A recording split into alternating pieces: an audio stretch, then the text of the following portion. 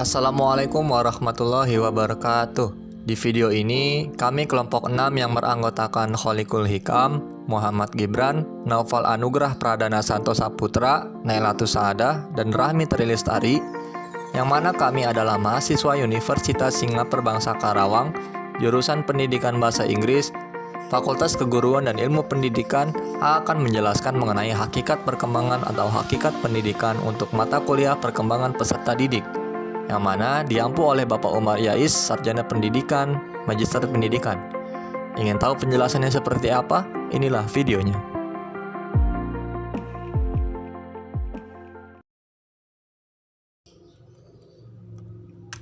Assalamualaikum warahmatullahi wabarakatuh.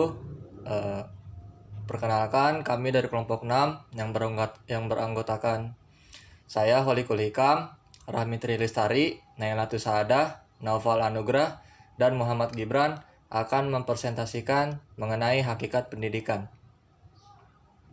Yang pertama, di sini ada pengertian.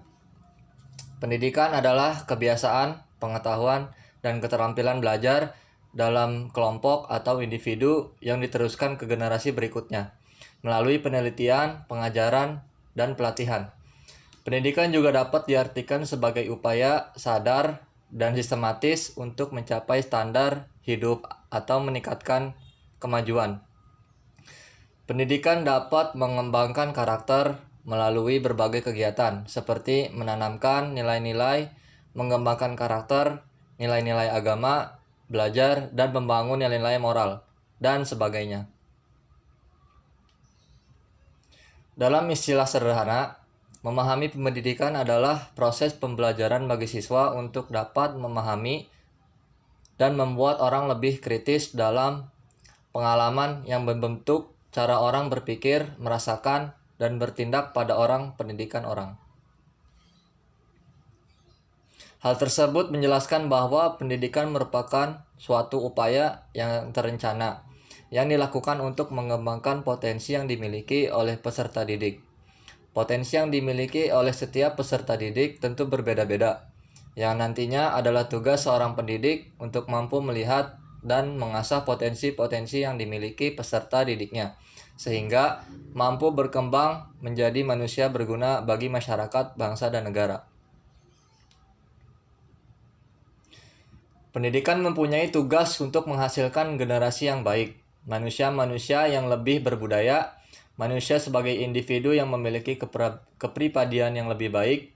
Tujuan pendidikan di suatu negara akan berbeda dengan tujuan pendidikan di negara lainnya, sesuai dengan dasar negara, falsafah hidup bangsa, dan ideologi negara tersebut. Di Indonesia dikenal dengan istilah pendidikan nasional. Adapun yang dimaksud dengan pendidikan nasional adalah pendidikan yang berdasarkan Pancasila dan Undang-Undang Dasar Negara Republik Indonesia tahun 1945, yang berakar pada nilai-nilai agama, kebudayaan nasional Indonesia, dan tanggap terhadap tuntutan perubahan zaman. Sedangkan tujuan dari pendidikan nasional sebagaimana yang tercantum di dalam UU nomor 20 tahun 2003 bab 2 pasal 3 adalah mengembangkan kemampuan dan membentuk watak serta peradaban bangsa yang bermartabat dalam rangka mencerdaskan kehidupan bangsa, bertujuan untuk berkembangnya potensi peserta didik agar menjadi manusia yang beriman dan bertakwa kepada Tuhan Yang Maha Esa, berwak mulia, sehat, berilmu, cakap, kreatif, mandiri, dan menjadi warga negara yang demokratis serta bertanggung jawab.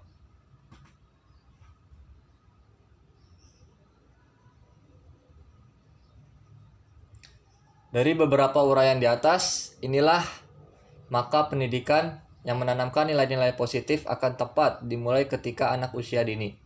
Dengan demikian, pendidikan bagi peserta didik yang masih kecil merupakan landasan yang tepat sebelum masuk pada pendidikan yang lebih tinggi. Pendidikan anak usia dini merupakan pendidikan awal yang sesuai dengan tujuan untuk mengembangkan sosialisasi anak, menumbuhkan kemampuan sesuai dengan perkembangannya, mengenalkan lingkungan kepada anak, serta menanamkan disiplin, karena secara tidak langsung dapat menanamkan atau mentransfer nilai-nilai moral dan nilai sosial kepada anak. Jadi, dari uraian konsep pendidikan seperti tersebut dalam pendahuluan, dapat dipahami makna dan kepentingan pendidikan secara hakiki bagi manusia.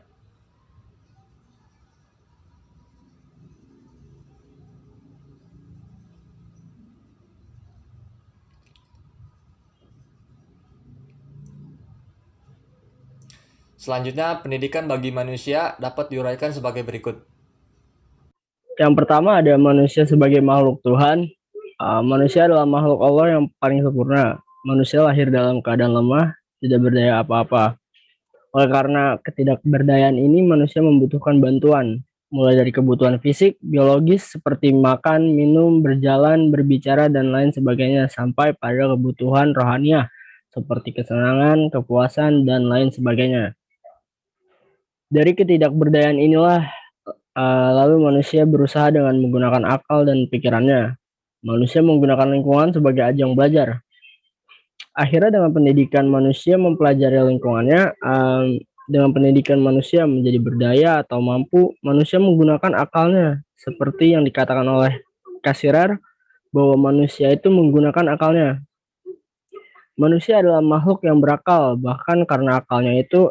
Ernst Cassirer, seorang filsuf, dalam bukunya An Essay on Man tahun 1944 menekankan bahwa manusia adalah animal symbolicum, yang artinya manusia adalah binatang bersimbol. Untuk membedakan manusia dengan binatang terletak pada kemampuan akal manusianya, yaitu dengan menciptakan simbol-simbol dan tanda-tanda bagi komunitasnya.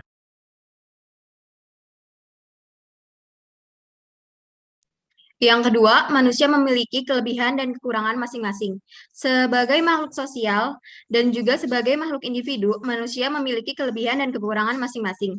Manusia akan membagi kelebihannya dengan manusia lain. Sedangkan sebagai makhluk individual, manusia membutuhkan mencukupi kekurangan pada dirinya. Sebagai makhluk sosial pula, manusia berhubungan dengan banyak orang. Ia akan belajar dari manusia dan juga alam sekelilingnya. Kemudian yang berada di sekelilingnya itu akan diserap ke dalam otaknya dan akan menjadi miliknya. Dengan demikian, manusia akan belajar dari lingkungannya. Masing-masing manusia yang ditemuinya ada yang memiliki kelebihan dan memiliki kekurangan.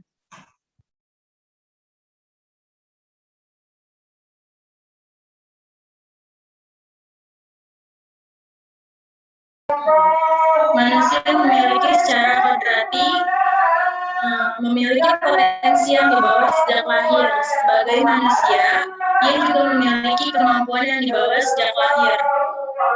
Sejak lahir manusia itu memiliki talent atau bakat sendiri. Bakat sejak lahir itu perlu memupukkan dari lingkungannya, terutama keluarga. Oleh karena sebagai manusia memiliki kekurangan, maka untuk mengembangkan bakat ini dibutuhkan juga pendidikan. Potensi yang dimaksud adalah kemampuan seperti diungkapkan dalam Undang-Undang 20 tahun 2003 tentang pendidikan.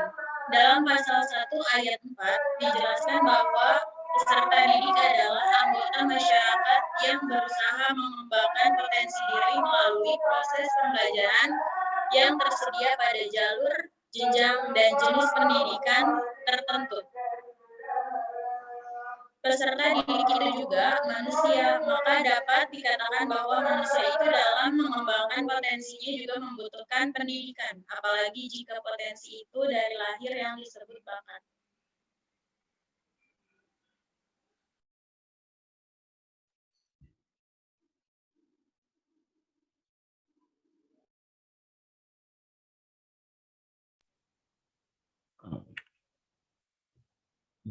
Sorry, go ahead aja. Ya. Manusia merupakan suatu proses. Manusia itu sejak lahir sampai dewasa mengalami suatu proses. Proses yang panjang ini dilalui dengan pendidikan, yaitu dengan memperoleh nilai yang diperoleh dari masyarakatnya. Masyarakat keluarga, masyarakat sekolah, masyarakat tempatnya bekerja, dan masyarakat tempat manusia itu bergaul. Secara holistik, nilai ini diraih dalam rangka memanusiakan dirinya. Pernyataan bahwa pendidikan itu dialami manusia sejak lahir hingga dewasa. Hal tersebut mengisyaratkan bahwa pendidikan itu dimulai sejak kecil hingga dewasa. Maka jika dari kecil sudah diberi pendidikan seperti tersebut di atas, dan selama hidup lingkungannya juga membentuk manusia lahir dan batinnya, maka ketika dewasa pun akan membentuk karakter. Oleh karena itu, dapat disebutkan bahwa manusia adalah suatu proses.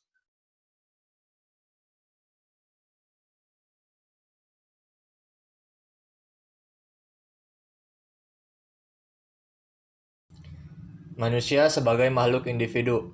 Manusia hidup sebagai dirinya sendiri. Dalam mengarungi hidupnya bagaikan orang buta yang berjalan di tengah hutan pada malam hari musim hujan. Ia tidak tahu dirinya, bahkan tidak kenal dengan dirinya sendiri. Oleh karena itu, manusia melakukan upaya menemukan jati dirinya. Upaya-upaya ini dilakukan dengan belajar dari lingkungannya, yaitu dengan pendidikan yang dapat dilakukannya dalam jangka waktu yang tidak ada batasnya, yaitu sepanjang hayat di kandung badan sepanjang hidupnya. Jati diri manusia adalah kematangan atau kedewasaan. Yang dimaksud adalah matang secara ragawi, matang secara rohani, matang intelektual. Di samping itu juga matang dalam berhubungan baik secara horizontal atau hubungan antar manusia dengan manusia dan alam lingkungan maupun hubungan vertikal atau hubungan manusia dengan Tuhannya. Penemuan jati diri yang benar inilah yang akan menobatkan manusianya sebagai manusia. Yang kedua, hakikat pendidikan. Berikut adalah hakikat pendidikan.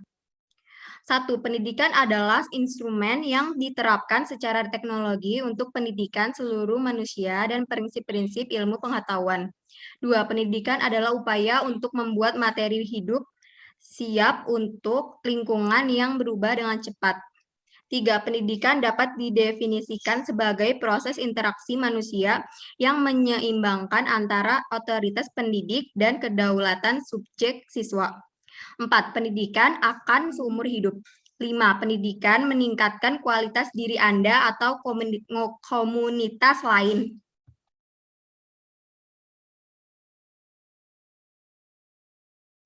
Yang ketiga itu ada manfaat pendidikan. Manfaat pendidikan itu ada 14 di sini ya. Yang pertama itu memperdalam ilmu pengetahuan. Yang kedua untuk membentuk kepribadian seseorang. Ketiga mencegah pembentukan generasi bodoh. Yang keempat menambah pengalaman siswa. Mediasi fungsi sosial dalam masyarakat. Selanjutnya meningkatkan kreativitas. Optimalkan bakat seseorang. Menciptakan generasi penerus bangsa. Meningkatkan pemikiran individu, meningkatkan standar hidup manusia, menciptakan anak-anak cerdas bangsa, mengangkat derajat anak-anak bangsa, memastikan integrasi sosial, dan yang terakhir, mencapai aktualisasi diri. Dan yang keempat ada fungsi pendidikan. Nah, fungsi pendidikan yang pertama adalah mempersiapkan setiap anggota masyarakat untuk dapat mencari nafkah sendiri.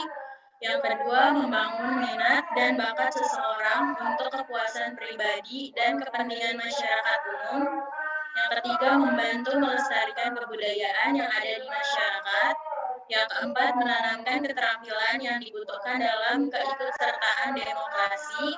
Yang kelima, untuk mentransfer atau memindahkan kebudayaan dari satu generasi ke generasi berikutnya. Yang keenam, memilih dan mendidik manusia tentang peranan sosial. Yang ketujuh, memastikan terjadinya integrasi sosial di masyarakat. Yang kedelapan, lembaga pendidikan mengajarkan corak kepribadian. Yang kesembilan, menjadi sumber-sumber inovasi sosial di masyarakat. Yang 10, mengembangkan bakat individu demi kepuasan pribadi serta bagi kepentingan masyarakat. Yang ke-11, melestarikan kebudayaan. Yang ke-12, menanamkan kemampuan keterampilan yang diperlukan untuk partisipasi di dalam sebuah demokrasi. 5. Tujuan pendidikan. Tujuan pendidikan adalah untuk mencerdaskan dan mengembangkan potensi di dalam diri para peserta didik. Dengan pertumbuhan kecerdasan dan potensi diri, maka setiap anak bisa memiliki ilmu pengetahuan, kreativitas, sehat jasmani dan rohani, kepribadian yang baik, mandiri, dan menjadi anggota masyarakat yang bertanggung jawab. Namun, ada beberapa pasal yang menjelaskan mengenai tujuan dari pendidikan, yaitu 1. Nomor 20 tahun 2003. Menurut Undang-Undang Nomor 20 tahun 2003 Pasal 3, tujuan pendidikan nasional merupakan pengembangan potensi peserta didik agar menjadi manusia yang beriman dan bertakwa kepada Tuhan, berilmu, berakhlak mulia, sehat cakap, kreatif, mandiri, agar menjadi warga negara yang demokratis serta bertanggung jawab. 2. MPRS Nomor 2 Tahun 1960. Menurut MPRS Nomor 2 Tahun 1960, tujuan pendidikan adalah membentuk manusia yang berjiwa Pancasilais sejati berdasarkan ketentuan-ketentuan yang dikehendaki oleh pembukaan Undang-Undang Dasar dan isi Undang-Undang Dasar 1945.